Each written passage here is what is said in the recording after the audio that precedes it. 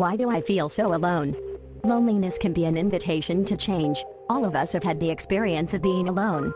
Periods of solitude, whether self-imposed or otherwise, can bring clarity to personal uncertainties by drawing us into contemplative introspection. But what about loneliness, that desperate longing for connection?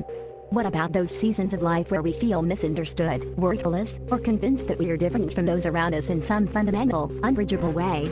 Loneliness breaks the spirit, the old Jewish proverb goes. It is also an invitation to change. Considering our stress-heavy culture, few would be surprised to learn that Americans aren't the happiest folks on earth. In fact, we rank 17th on the happiness scale, according to the United Nations 2013 World Happiness Report.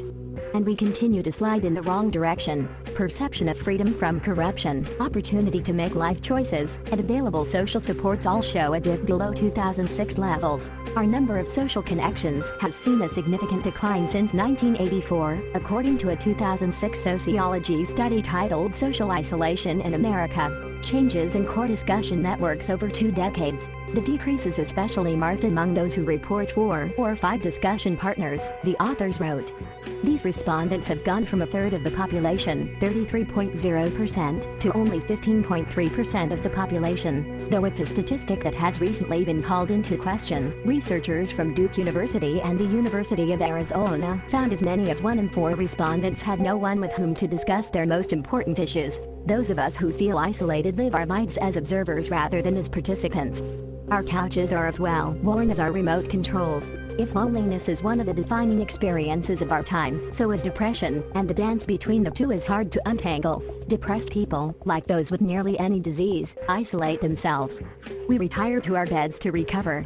Unlike flu victims, however, we tend to stay there. While therapies exist that could assist many of those suffering from depression and anxiety, they often aren't accessed because of the sustained stigma surrounding mental illness. Just as this stigma must be dismantled, the stigma around loneliness must collapse as well. Part of that deconstruction requires knowing how prevalent the experience of loneliness is and understanding that it is rooted in our genetics and encouraged by our early life experiences and parenting. In short, there is no blame for feeling lonely. Specific effective responses could involve simply reconnecting with old friends or family members, getting together with like-minded folks through online forums like Meetup, taking a class at the nearest community college, or getting a pet. As a decades-long sufferer from isolating depression, I've done all of the above.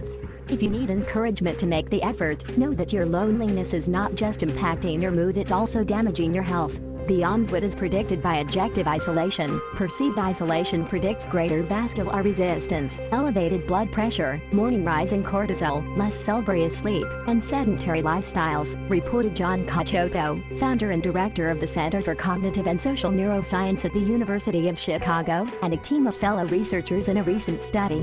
While some people may honestly say they prefer to be on their own, such sentiment is a rarity. We are wired for connection. Our species didn't become a defining planetary force because of good posture, incessant tinkering, or affection for fire alone. Cooperation built through social connection unmatched in the rest of the animal world was also a major propelling force, if not the most important of the bunch. For all the intimidating statistics out there, however, it's important to understand that society isn't collapsing. It's just shifting in ways we don't yet fully comprehend, suggested Matthew Brashears, a sociology professor at Cornell University and one of the authors of that 2006 paper on social isolation. It is almost certainly the case that Western civilization isn't crumbling or something like that. There is some kind of very interesting story about how sociability is changing, and we're trying to figure it out, Brashears told Rewire Me. Human society is constantly changing. It's characterized by change. The good news is, so are you. If you find this video informative, then drop a comment, hit the like button and share this video with your friends. And one more thing, don't forget to subscribe. And stay curious and keep learning.